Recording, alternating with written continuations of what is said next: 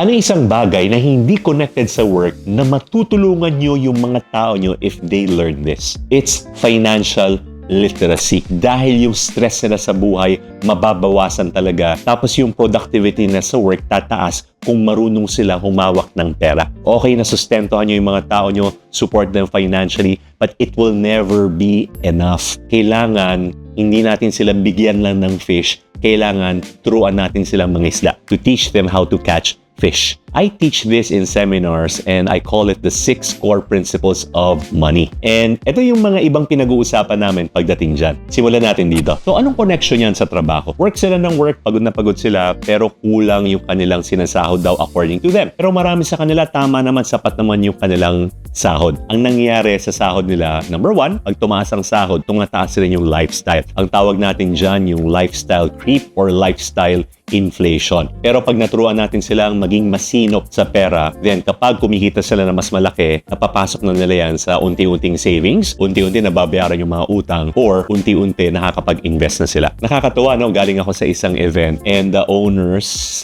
specifically the wife, who is one of the people also managing the business, napakalaki na ng negosyo nila. As in, malaking malaki. And they have more than 1,000 employees. Tapos yung husband kinuwento sa akin kagabi na yung wife daw niya, after 15 years in the business, 15 years of working, first time bumili ng LV na bag. Wow! Di ba mind-boggling yun na kaya niyang bumili siguro ng hundreds of LV bags, pero first time niyang bumili ng LV bag after 15 years. Pero yung iba sa atin, umita lang tayo ng konti. Gusto natin i-reward yung sarili natin. Kasi you deserve it dahil pinaghirapan mo yan. Pero hindi totoo yan. You do not deserve anything. You worked for it. Pinagtrabahuan mo yan eh. So pag inisip mo na, binago mo yung perspective mo na pinagtrabahuan ko to, pag kumikita ka na ngayon, tapos meron kang gustong bilhin, pinagtrabahuan mo, pinagpaguran mo. Ngayon may pera ka na kaya mo na siyang bilhin. Ayaw mo nang bilhin. Parang gusto mo na lang itago yung pera para palakihin mo pa and invest mo pa. Kasi nga, sayang naman yung pagod mo na may binili kang isang bagay na you deserve it. Dahil hindi mo naman dineserve yan. Pinagtrabahuan mo yan. So pag pinakita natin yung mga ganong klaseng attitude sa mga tao natin, maintindihan nila yung pag-handle nila ng pera is connected also to their well-being. Then it will help them boost their confidence and also shape their character. So yung financial literacy, unang-una yung pagdating sa lifestyle nila.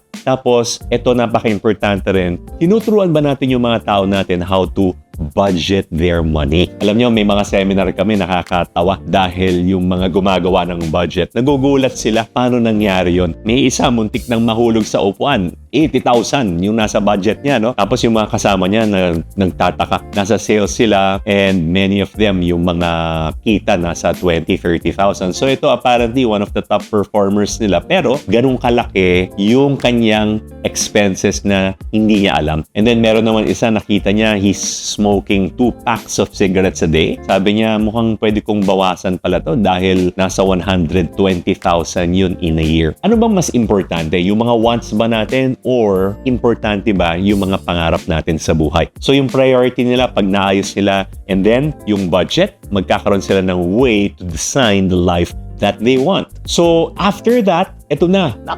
Napakalaking bagay na to sa mga kumpanya ngayon. It's an epidemic now. Online gaming. Tanggalin natin yung gaming na yan. Kalokohan naman yan eh. Online gambling. Sugal. Diba? Pag natuto ka magsugal, kahit na paliit-liit lang yan, papiso-piso lang yan, palaki ng palaki yan eh. Tapos, ang mangyari, magiging habit siya. Tapos, akala mo pang stress reliever lang. And then, one day, bigla kang na super stressed. Ang ginawa mo, nag-gamble ka ng amount na new pa ginagamble before, nanalo ka. So, lumakas yung loob mo until one day, bigla ka na lang natalo ng hindi mo na-expect na nangyari sa'yo. Pag yan, shinare ko sa'yo a year ago na, yan ang mangyari sa sugal pag ikaw ay tumaya ng piso. Hindi naman ako ganyan, hindi mangyayari yan sa akin. Tapos biglang boom, nangyari sa'yo, hindi mo ina-expect, no? Wow, paano nangyari yun? Saan nagsimula? So, yung sugal ngayon, no?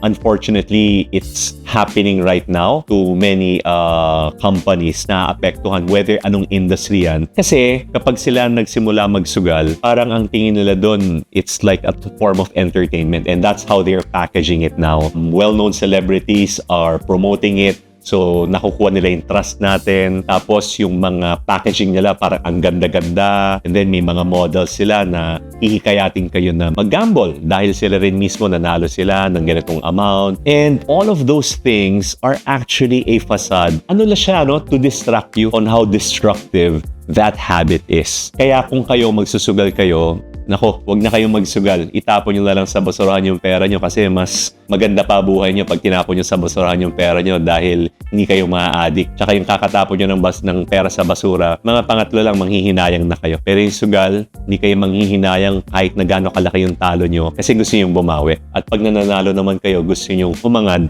ng mas malaki. That thing actually is destroying a lot of lives and making it difficult for companies to move forward. Kaya meron akong isang kaibigan, sabi niya mapapatawad daw niya yung isang tao kapag naging addict or nagkaroon ng problema sa pera or ng babae daw, pero pagdating sa sugal, mahirap pagkatiwalaan ng isang tao na nagsusugal according to him. Kaya kung kayo, nandyan kayo ngayon, it's not too late. Tell your company, your challenges, or someone you can be accountable to. Pero hindi ito mapag-uusapan kapag hindi tayo pumunta dun sa ugat ng problema, which is again, financial literacy. So those are some of the aspects na mahihit ng financial literacy na pag natuto yung mga tao nyo humawak ng pera, yung well-being nila, yung buhay nila sa bahay, buhay nila sa work, magiging mas productive sila, and don't miss out on that opportunity na you're also investing in your people's future. Hindi lang enough yung magbigay kayo ng pera sa mga tao nyo. Hindi lang enough yung susuportahan nyo sila, susustentuhan nyo sila. Hindi enough yan. Binibigyan nyo lang sila ng fish. Pag naubos yan, tapos na. But if you teach them how to fish, financial literacy, then kahit na probably one day, magkahiwalay na kayo, they're on their own, or there will be moments na wala silang mapagdependahan, or dumating yung panahon na they can't depend on someone, they can rely on their skills on financial literacy because you have taught them how to catch a fish. If you want to know more, I talk about financial literacy. I have a book entitled Determined, Take Control of Your Finances and Your Life. Pinag-uusapan namin to and so much more so that your people can take control of their financial destiny.